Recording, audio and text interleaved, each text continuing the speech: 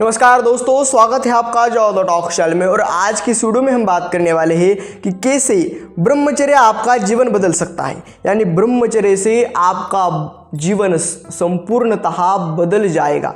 किस प्रकार से, ये आज की वीडियो में जानेंगे। वीडियो में अंत तक बने रहेगा। चैनल पे नए हो तो सब्सक्राइब कर दीजिएगा। वीडियो यदि आपको पसंद आए तो एक लाइक कर दीजिएगा। तो चलिए वीडियो में आगे बढ़ते हैं। ब्रह्मचर्य यानी क्या है, आप समझते क्या हो ब्रह्मचर्य को? ब्रह्मचर्य यानी वह विद्या जो ब्रह्म को पाने के लिए की गई हो। ब्रह्मचर्य यानी ब्रह्म समान और ब्रह्म को पाने समान आचरण करना यानी ब्रह्मचर्य है। तो जब आपको ब्रह्म को पाना होगा तब इंद्रियों पर, शरीर पर, मन पर और अपने बुद्धि पर प्रावीण्य प्राप्त करना पड़ेगा और विजय प्राप्त करना पड़ेगा। जो इंद्रियों पर, मन पर विजय प्राप्त कर लेता है वही बुद्धि को प्रवीण कर पाता है और वही आत्मा को जान पाता है, वही ब्रह्म को तथा वही परब्रह्म को जान पाता है।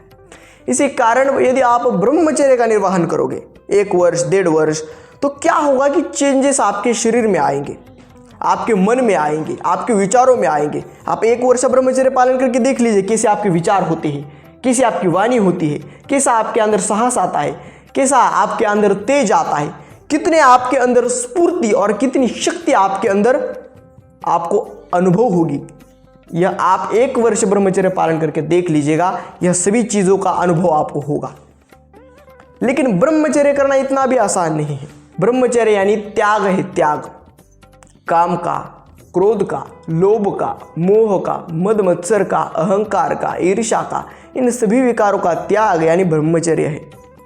यदि आप इन सभी विकारों को त्याग कर ब्रह्मचर्य में स्थित होते हो तब आप रामकृष्ण परमहंस कहलाते हो, तब आप स्वामी विवेकानंद कहलाते हो, तो आप छत्रपति शिवाजी महाराज कहलाते हो, तो आप संत तुकाराम जी कहलाते हो। तभी आप जाकर एक योग्य पुरुष और एक समाज परिवर्तक बनते हो जो समाज को ही बदल देता है।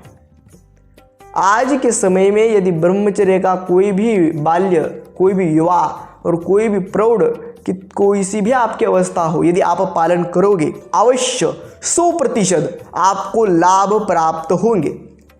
क्योंकि क्या है कि यह विद्या सनातन विद्या है, यह सनातन धर्म की विद्या है ब्रह्मचर्य।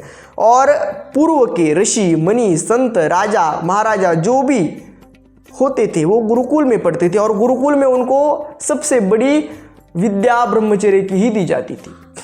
अन्न में संयम, नेत्र, मुख, श्रवण, इन पर संयम यानी इंद्रियों पर संयम, अन्न पर संयम, इंद्रियों पर संयम, योग्य दिनचर्या, व्यायाम, प्राणायाम, ध्यान, इनके द्वारा स्वयं के शरीर को एक योग्य दिशा में, स्वयं के मन को एक योग्य दिशा में लेकर जाना, उसका नाम ब्रह्मचर्य होता है। यदि आप यह करने में सक्षम रहते हो तो आपका जीवन बदल जाएगा। क्योंकि क्या होता है कि जो ब्रह्मचर्यहीन है, यानी जो अपने वीर्य को बिना कारण बहा देता है, जो अपने ब्रह्मचर्य को नष्ट कर देता है, उसके मन में सदा अशांति रहती है, सदा अस्थिर उसका मन रहता है, सदा चित्त उसका अस्थिर रहता है, किसी भी जगह वो फोकस नहीं कर पाता, उसके शरीर में बल नहीं रहता, उसके जांघों में, छाती में, गालों पर मांस नहीं होता और उसका शरीर एकदम कमज़ोर हो जाता है, उसके वाणी में प्रभाव नहीं होता। यदि कोई भी चीज़ वो बोलेगा तो कचरे समान लगेगी। लेकिन यह सभी किस कारण हो रहा है? अपनी वीर्य शक्ति को। वीर्य क्या है? जीवनी शक्ति है, जिससे एक नए जीवन इस ब्रह्मांड में, इस पृथ्वी पर एक नया जीवन आ सकता है। वह शक्ति है। जब आप अन्न खाओगे तो अन्न से रस, रक्त, मांस, हड्डी, इस प्रकार से जो 7वां धातु होगा यानी जो सप्तम धातु होगा वो वीर्य होगा। और आप खिलवाड़ में रोज 3-3, 4-4 बार उसी को बहा रहे हो तो आपका शरीर कैसा होगा?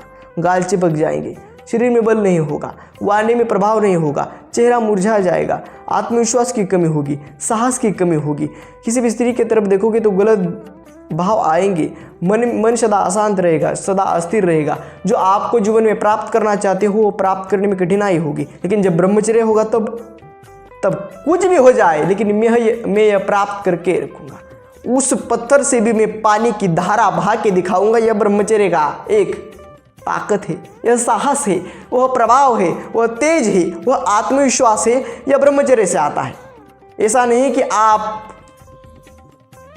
चलते वक्त आगे देखो, पीछे देखो या फिर कहीं पे पर देखो।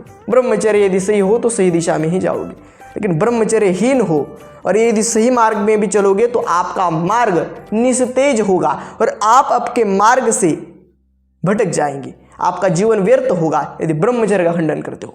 बहुत पैसा है लेकिन मन अशांत है, बहुत पैसा है लेकिन शरीर अच्छा नहीं, हर रोज आपको हॉस्पिटल के चक्कर काटने पड़ते हैं, तो क्या फायदा उस शरीर का और क्या फायदा उस मन का।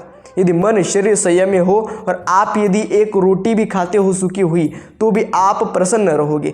जब ब्रह्मचर्य होगा तो सूखी रोटी भी घी के समान लगेगी, हवा भी पचेगी और पानी भी पचेगा, हर चीज आपके शरीर को लगेगी। एक अलग ही तेज आएगा, एक अलग ही प्रभाव आएगा, एक अलग ही साहस, एक अलग ही आत्मविश्वास, एक अलग ही प्रकार का मनुष्य आप बनोगे।